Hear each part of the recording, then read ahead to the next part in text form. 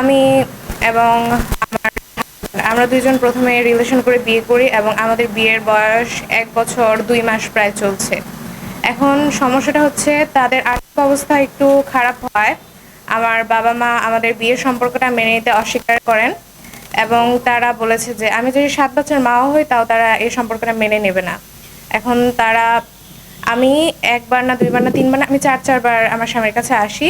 ১ম বার আসার পর আমার শ্বশুর আমার বাবাকে ডেকে দিয়ে দেয় যে আপনাদের মেয়ে আপনারা নিয়ে যান।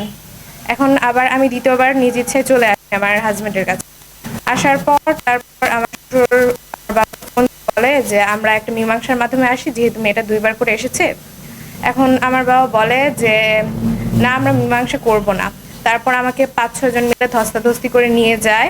এমনকি সেটার প্রমাণসহ আমার একটা ভিডিও ফুটেজও রয়েছে। পরে নিয়ে যাওয়ার পর আমাকে শারীরিকভাবে মানসিকভাবে নির্যাতন করে এবং আমার বিয়ে ঠিক করে। তারা দাবি করে যে আমি একজন নাবালক, কিন্তু আমি একজন প্রাপ্তবয়স্ক, এটা আমি নিজে দাবি করে যাচ্ছি। তারা যদি এটাই দাবি করে যে আমি একজন নাবালক হয়ে থাকি তাহলে তারা আমার কিভাবে বিয়ে ঠিক করে থাকে?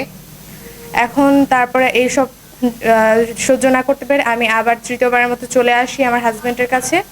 আসার পর তারা আবার মামলা করে আমার শ্বশুর এবং আমার হাসব্যান্ডের নামে অপহরণ, ধর্ষণ এবং নারী নির্যাতনের মামলা করে।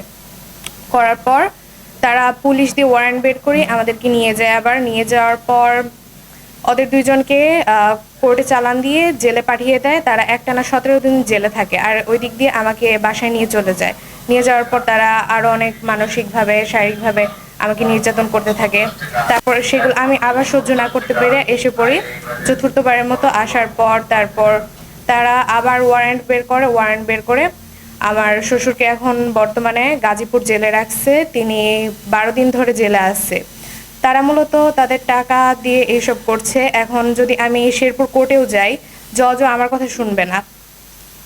তারা এর আগেও যখন হাজিরা দিতে গিয়েছিল তখন আমার হাসব্যান্ডকে আটকিয়েছে। আটকানোর পর বলেছে যে আমাদের মেয়েটা আমাদেরকে দিয়ে দিন, আমরা ছেলেকে ছেড়ে দিব। এখন নিয়ে যাওয়ার পর তারপর আমি কোর্টে গিয়ে জজের তারপরেও তারা ওয়ারেন্ট বের করে এসব করছে। ১ বার না ২ বার না তারা ৩ বার দিয়ে দিয়েছে। দিয়ে দেওয়ার পর তারা মামলা তুলে না। তারা এসব করতেই আছে। এখন আমি আপনাদের কাছ থেকে এসবের বিচার চাই। আপনি কি ধরনের মানে আপনার দাবিটা কি মূলত কি চাচ্ছেন? আমার দাবিটা হচ্ছে তারা যাতে আমাদেরকে সুখে শান্তিতে সংসার করে খেতে দেয়। তারা চায় না যে আমরা এখানে সংসার করি, কিন্তু আমি চাই যে আমি একজন মুসলিম মেয়ে হয়ে আমি যেই স্বামীর কাছে এসেছি আমি ২য় বিয়ে তো চাই না। আমি তো একবার অলরেডি বিয়ে করেছি।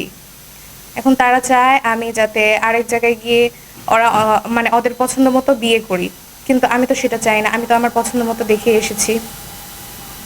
তাই আমার শ্বশুরবাড়ির প্রতিটি লোককে তারা হয়রানি ও নির্যাতন সহ মানসিকভাবে অনেক রকম নির্যাতন করছে। তাই আমি এর থেকে মুক্তির জন্য আপনাদের কাছ থেকে সাহায্য কামনা করছি। আমার বাবাকে একটা মেসেজ দেওয়ার আছে, তারা যদি আবার আমাকে জোর জবরদস্তি করে নিয়ে যাওয়ার পর যদি আমার কিছু হয় বা আমার মৃত্যু হয় তার জন্য দায়ী থাকবে আমার বাবা আব্দুল মান্নান, আমার মা জবেদা খাতুন এবং আমার বড় মামা এবং মেজো মামা। এটি আমি একটি মৌখিক সাক্ষী দিয়ে গেলাম।